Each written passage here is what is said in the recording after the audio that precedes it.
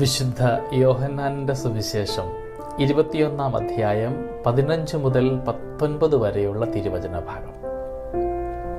സ്നേഹമെന്നത് നമ്മൊക്കെ ആഗ്രഹിക്കുന്ന ഒരു വികാരമാണ്. സ്നേഹിക്കുവാനും സ്നേഹിക്കപ്പെടുവാനും ഒക്കെ ആഗ്രഹിക്കാത്തവർ ചുരുക്കവുമായിരിക്കും.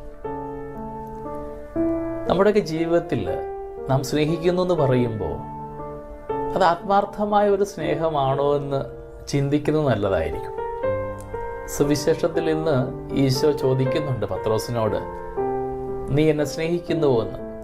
വളരെ പെട്ടെന്നായിരുന്നു പത്രോസിൻ്റെ മറുപടി, ഉവ്വ് കർത്താവേ, ഞാൻ നിന്നെ സ്നേഹിക്കുന്നു. രണ്ടാമത് വീണ്ടും കർത്താവ് ചോദിക്കുന്നുണ്ട്, ശിമയോനെ, നീ എന്നെ സ്നേഹിക്കുന്നുവോ എന്ന്. അവിടെയും ഉത്തരം അത്ര താമസിച്ചില്ല, ഉവ്വ് കർത്താവേ, ഞാൻ നിന്നെ സ്നേഹിക്കുന്നു. മൂന്നാം തവണയും ചോദിച്ചപ്പോൾ അത്ര പെട്ടെന്നായിരുന്നില്ല ഉത്തരം. മറിച്ച് ഉത്തരം ഇപ്രകാരമായിരുന്നു, കർത്താവേ, നീ എല്ലാം അറിയുന്നുണ്ടല്ലോ. പലപ്പോഴും നമ്മുടെ ജീവിതത്തിലും സംഭവിക്കുക ഇതൊക്കെ തന്നെയല്ലേ. നാമൊക്കെ വളരെ പെട്ടെന്ന് സ്നേഹിക്കുന്നെന്ന് പറയുമ്പോഴും ഒരു വൈകാരിക പ്രകടനം മാത്രമായിട്ടല്ലേ ഇത് മാറപ്പെടുക.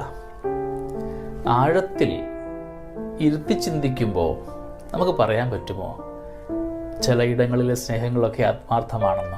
ഉണ്ടാവാം, ഒത്തിരി ഇടങ്ങളിൽ നമുക്ക് ആത്മാർത്ഥത ഉണ്ടാവുമെങ്കിലും ചിലയിടങ്ങളിലെങ്കിലും നമ്മൾ സ്വാർത്ഥമായിട്ടല്ലേ പെരുമാറാറുള്ളൂ.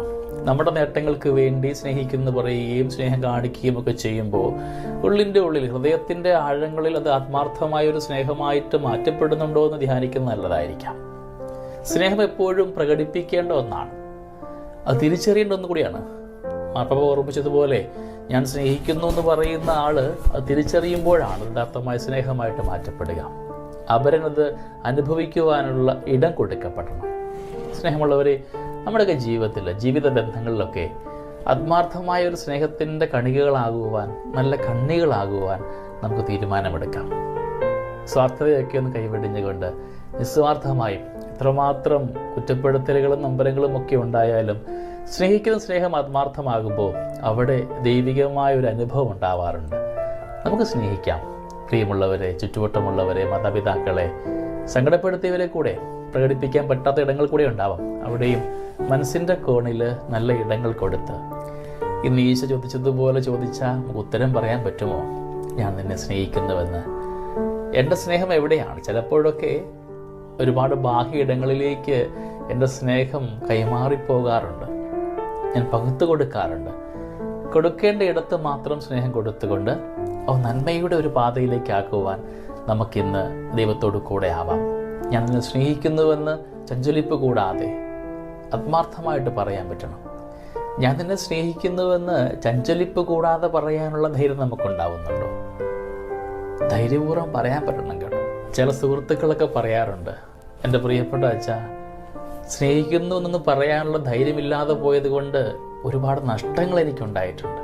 നമ്മുടെ അച്ഛനൊക്കെ പറയണം ആൾക്കാരോട്, സ്നേഹമുള്ളത് അപ്പം തന്നെ പറയാൻ, പേടി കൂടാതെ ധൈര്യപൂർവ്വം പറയാനുള്ള ഒരു ചങ്കുറപ്പുണ്ടാവണമെന്ന്. സ്നേഹമുള്ളത് നമ്മുടെ ജീവിത ബന്ധങ്ങളിലും സ്നേഹത്തെ നന്മയിൽ കാണാനായിട്ട് ഏറ്റവും ഉപരിയായിട്ട് ഈശ്വരനെ സ്നേഹിക്കാം. ഈശ്വര സാന്നിധ്യം കൂടെ ഉണ്ടാകുമ്പോൾ ചുറ്റുവട്ടങ്ങളെ സ്നേഹിക്കുവാനുള്ള വലിയ കൃപ നമുക്ക് ധാരാളമായിട്ട് ലഭ്യമാകും. നമുക്ക് പ്രാർത്ഥിക്കാം, നമുക്ക് സ്നേഹിക്കാം.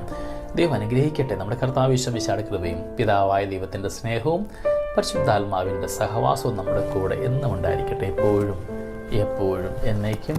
ആമേൻ.